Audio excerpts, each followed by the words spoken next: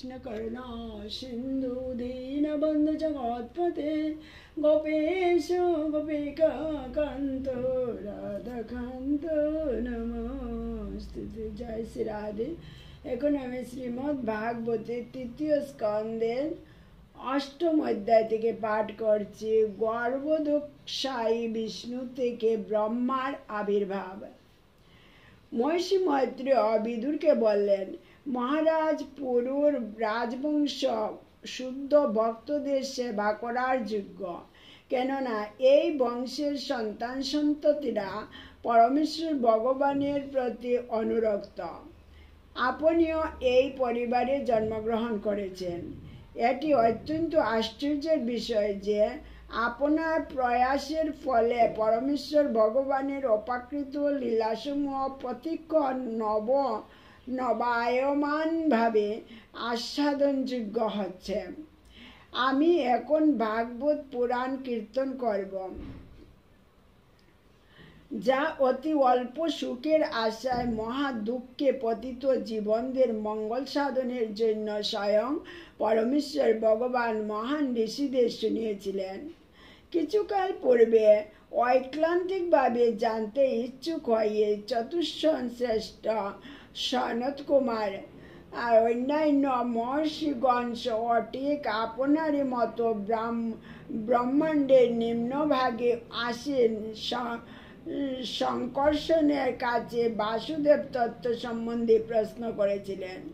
সেই সময় ভগবান শঙ্কর্ষণ তার পরমারাধ্য ভগবানের ধ্যানে মগ্ন ছিলেন, যাকে অভিজ্ঞ ব্যক্তিরা বাসুদেব রূপে শ্রদ্ধা জ্ঞাপন করে থাকেন। কিন্তু সেই মহান ঋষিদের পারমার্থিক উন্নতি সাধনের জন্য তিনি নয়ন কমল ঈষৎ উন্মিলিত করে বলতে লাগলেন, ঋষিগণ গঙ্গার জলের মাধ্যমে সর্বোচ্চ লোক থেকে সর্বনিম্ন লোকে এসেছিলেন এবং তাই তাদের জটাসিক্ত ছিল। তারা ভগবানের চরণ কমল স্পর্শ করেছিলেন, যা নাগরাজের কন্যারা পতি লাভের কামনায় প্রেম ভরে নানাবিধ উপহার সহকারে পূজা করেন। সনত কুমার প্রমুখ কুমারগণ, যারা সকলেই ভগবানের অপ্রাকৃত লীলাসমূহ সম্বন্ধে অবগত ছিলেন, তারা গভীর অনুরাগ ও প্রেমপূর্ণ শব্দাবলীর দ্বারা সুন্দর ছন্দে ভগবানের মহিমা কীর্তন করেছিলেন। সেই সময় ভগবান শঙ্কর্ষণের সহস্র উন্নত ফনায় স্থিত কিরীটের উজ্জ্বল মণির কিরণে চতুর্দিক উদ্ভাসিত হয়েছিল। ভগবান শঙ্কর্ষণ এই প্রকার নিবৃত্তি পরায়ণ মহর্ষি সনত কুমারকে শ্রীমদ্ ভাগবতের এই তাৎপর্য বিশ্লেষণ করেছিলেন। তারপর সনত কুমারও সাংখ্যায়ন ঋষি কর্তৃক জিজ্ঞাসিত হয়ে যেভাবে তিনি ভগবান শঙ্কর্ষণের কাছে শুনেছিলেন, সেইভাবে শ্রীমদ্ ভাগবতের ব্যাখ্যা করেছিলেন। মহর্ষি সাংখ্যায়ন ছিলেন সমস্ত পরমহংসদের মধ্যে প্রধান এবং তিনি যখন শ্রীমদ্ ভাগবত অনুসারে ভগবানের মহিমা কীর্তন করেছিলেন, তখন আমার গুরুদেব পরাশর এবং বৃহস্পতি উভয়েই তার কাছ থেকে তা শ্রবণ করেছিলেন। মহর্ষি পুলস্ত্য কর্তৃক উপদিষ্ট হয়ে পূর্বোক্ত মহর্ষি পরাশর এই সর্বশ্রেষ্ঠ পুরাণ শ্রীমদ্ ভাগবত আমাকে বলেছিলেন। হে বৎস, যেহেতু তুমি আমার শ্রদ্ধাপরায়ণ অনুগামী, তাই যেভাবে আমি শ্রবণ করেছি তোমার কাছেও আমি তা বর্ণনা করব। ত্রিভুবন যখন জলমগ্ন ছিল, তখন গর্ভদোক্ষায়ী বিষ্ণু একাকী মহানাগ অনন্তের শয্যায় শায়িত ছিলেন। যদিও প্রতীত হচ্ছিল যে তিনি বহিরঙ্গা শক্তির ক্রিয়ার অতীত তার অন্তরঙ্গা শক্তিতে নিদ্রিত ছিলেন, তবুও তার নেত্র পূর্ণরূপে নিম্মিলিত ছিল না। ঠিক যেমন কাঠের মধ্যে আগুনের দাহিকা শক্তি থাকে, তেমনি ভগবান সমস্ত জীবদের তাদের সূক্ষ্ম শরীরে নিমজ্জিত করে প্রলয় বাড়িতে অবস্থান করেছিলেন। তিনি তার নিজের দ্বারা সংবর্ধিত কাল নামক শক্তিতে শয়ন করেছিলেন। ভগবান তার অন্তরঙ্গা শক্তিতে সহস্র চতুর্যুগ শয়ন করেছিলেন এবং তার বহিরঙ্গা শক্তির দ্বারা প্রতীত হয়েছিলেন যেন তিনি জলের মধ্যে শয়ন করে আছেন। যখন কাল শক্তির দ্বারা প্রেরিত হয়ে জীবসমূহ তাদের সকাম কর্মের বিকাশ করার জন্য বেরিয়ে আসতে শুরু করে, তখন ভগবান তার চিন্ময় দেহকে নীলাভ রূপে দর্শন করলেন। সৃষ্টির সূক্ষ্ম বিষয়ে ভগবানের মনোযোগ অবিনিবিষ্ট ছিল, যা রজগুণের দ্বারা ক্ষুবিত হয় এবং তার ফলে সৃষ্টির সূক্ষ্ম রূপ তার নাভিদেশ ভেদ করে উদ্ভূত হয়। জীবের সকাম কর্মের এই সমগ্র স্বরূপ ভগবান শ্রীবিষ্ণুর নাভি ভেদ করে একটি পদ্মের কলের মতো আকার ধারণ করল এবং ভগবানের ইচ্ছায় তা একটি সূর্যের মতো সব কিছুকে উদ্ভাসিত করে বিশাল প্রলয় বাড়ি শুকিয়ে দিল। সেই সর্বলোকময় পদ্মফুল ভগবান বিষ্ণু স্বয়ং পরমাত্মা রূপে প্রবেশ করেন এবং এইভাবে যখন তা প্রকৃতির সমস্ত গুণের দ্বারা পরিপূর্ণ হয়, তখন বৈদিক জ্ঞানী মূর্ত বিগ্রহ, যাকে স্বয়ম্ভু বলা হয়, তিনি উৎপন্ন হয়েছিলেন। ব্রহ্মা পদ্মফুল থেকে আবির্ভূত হন এবং পদ্মের কর্ণিকায় অবস্থিত হওয়া সত্ত্বেও তিনি এই জগৎকে দর্শন করতে পারলেন না। তাই তিনি সর্বত্র ভ্রমণ করে চতুর্দিকে দৃষ্টিপাত করলেন, যে তার ফলে তিনি 4টি মুখ লাভ করলেন। সেই পদ্মের সমাসীন ব্রহ্মা সৃষ্টি সম্বন্ধে, সেই পদ্ম সম্বন্ধে অথবা নিজের সম্বন্ধে যথাযথভাবে বুঝতে পারলেন না। কল্পান্তে প্রলয়কালীন বায়ু জলকে উদ্বেলিত করেছিল এবং উত্তাল তরঙ্গে সেই পদ্মটি ঘূর্ণিত হচ্ছিল। ব্রহ্মা তার অজ্ঞানতাবশত ভাবতে লাগলেন, এই কমলের উপর বিরাজমান আমি কে? কোথা থেকে এইটি বিকশিত হয়েছে?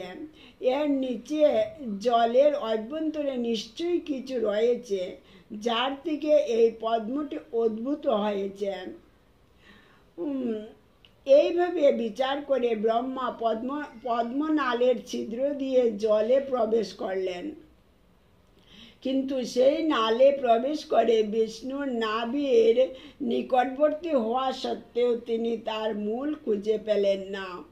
হে বিদুর, ব্রহ্মা তার অস্তিত্ব সম্বন্ধে এইভাবে অন্বেষণ করতে করতে তার অন্তিম কাল উপনীত হলাম, যা হচ্ছে ভগবান বিষ্ণুর হস্তধৃত শাশ্বত চক্র এবং যা মৃত্যুর ভয়ের মতো জীবের অন্তরে ভয় উৎপন্ন করে। তারপর অভীষ্ট লক্ষ্য লাভে অকৃতকার্য হয়ে তিনি সেই অন্বেষণ থেকে বিরত হয়ে সেই পদ্মের উপর ফিরে গেলেন। এইভাবে সমস্ত ইন্দ্রিয় বিষয় থেকে নিবৃত্ত হয়ে তিনি তার মনকে পরমেশ্বর ভগবানের চিন্তায় কেন্দ্রীভূত করেন। ব্রহ্মার 100 বৎসর পরে তার ধ্যান যখন পূর্ণ হল, তখন তিনি অভীষ্ট জ্ঞান লাভ করেছিলেন এবং তার ফলে তিনি তার অন্তরের অন্তঃস্থলে পরম পুরুষকে দর্শন করেছিলেন।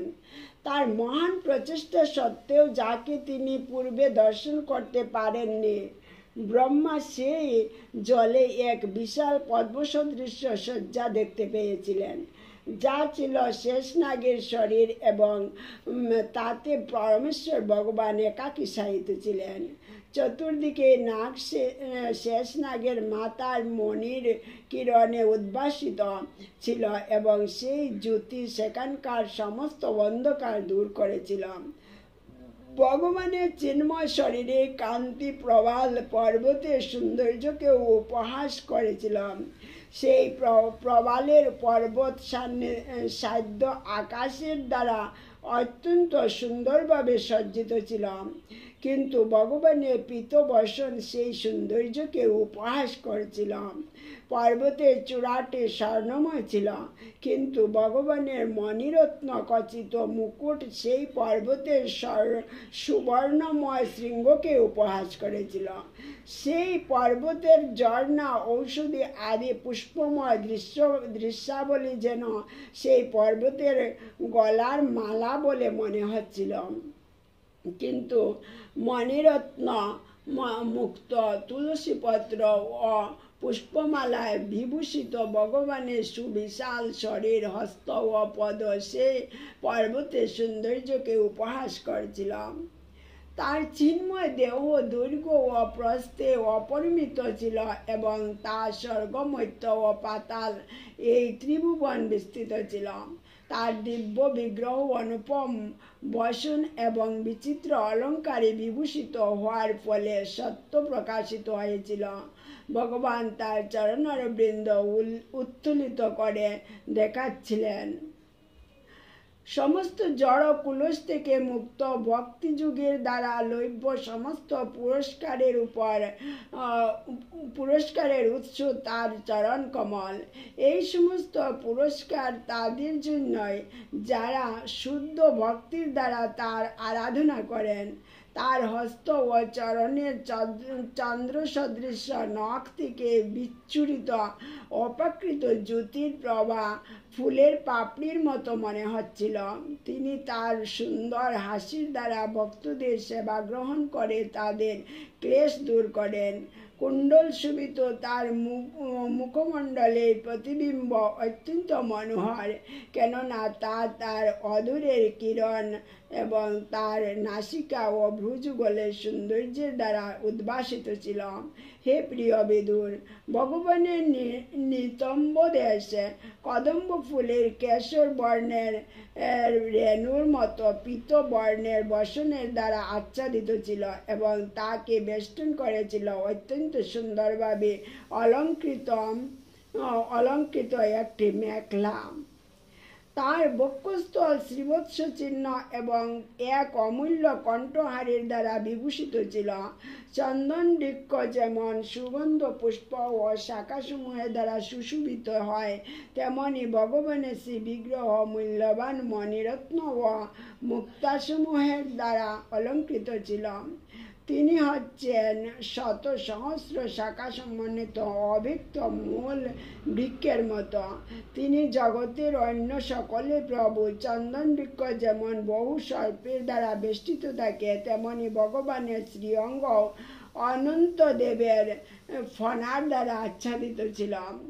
বিশাল পর্বতের মতো ভগবান সমস্ত স্থাবর জঙ্গম জীবসমূহের নিবাসরূপে শোভা পাচ্ছিলেন। তিনি সর্পদের বন্ধু, কেননা শ্রী অনন্তদেব তার সখা। পর্বতের যেমন শত সহস্র শিখর আছে, তেমনি ভগবান শত সহস্র মুকুট শোভিত অনন্ত নাগের ফণার দ্বারা বিভূষিত ছিলেন এবং পর্বত যেমন কখনো কখনো মণিরত্নে পূর্ণ থাকে, তেমনি ভগবানের অপ্রাকৃত শ্রী বিগ্রহ মূল্যবান রত্নসমূহের দ্বারা পূর্ণরূপে বিভূষিত ছিল। পর্বত যেমন কখনো কখনো সমুদ্রের জলে নিমজ্জিত হয়, তেমনি ভগবানও কখনো কখনো প্রলয় বাড়িতে নিমজ্জিত হচ্ছিলেন। এইভাবে পর্বত সদৃশ ভগবানকে দর্শন করে ব্রহ্মা স্থির করলেন যে তিনিই হচ্ছেন পরমেশ্বর ভগবান শ্রীহরি। তিনি দেখলেন যে তার বক্ষস্থল বৈদিক জ্ঞানের গীতিমালা গুঞ্জনকারী বনমালা অত্যন্ত সুন্দরভাবে শোভা পাচ্ছে। সুদর্শন চক্র তাকে এমনভাবে রক্ষা করছে যে সূর্য, চন্দ্র, বায়ু অগ্নি প্রভৃতি তার কাছে পৌঁছতে পারে না। ব্রহ্মাণ্ডের ভাগ্য বিধাতা ব্রহ্মা যখন এইভাবে ভগবানকে দর্শন করলেন তখন তিনি সমগ্র সৃষ্টির প্রতি দৃষ্টিপাত করলেন। ব্রহ্মা ভগবান বিষ্ণুর নাভি স্বরূপর পদ্মফুল, প্রলয় বায়ু ও আকাশ দর্শন করলেন। সব কিছু তখন তার গোচরীভূত হয়েছিল। এইভাবে রজগুণের দ্বারা প্রণোদিত হয়ে ব্রহ্মা সৃষ্টি করতে অনুপ্রাণিত হন এবং তারপর পরমেশ্বর ভগবান কর্তৃক নির্দিষ্ট সৃষ্টির 5টি কারণ দর্শন করে তিনি সৃজনোন্মুখ মনোবৃত্তির অভীষ্ট মার্গে তার সশ্রদ্ধ প্রার্থনা নিবেদন করতে শুরু করলেন। জয় শ্রী রাধে। হরে কৃষ্ণ কৃষ্ণ কৃষ্ণ হরে হরে, হরে রাম রাম রাম হরে হরে। জয় শ্রী রাধে।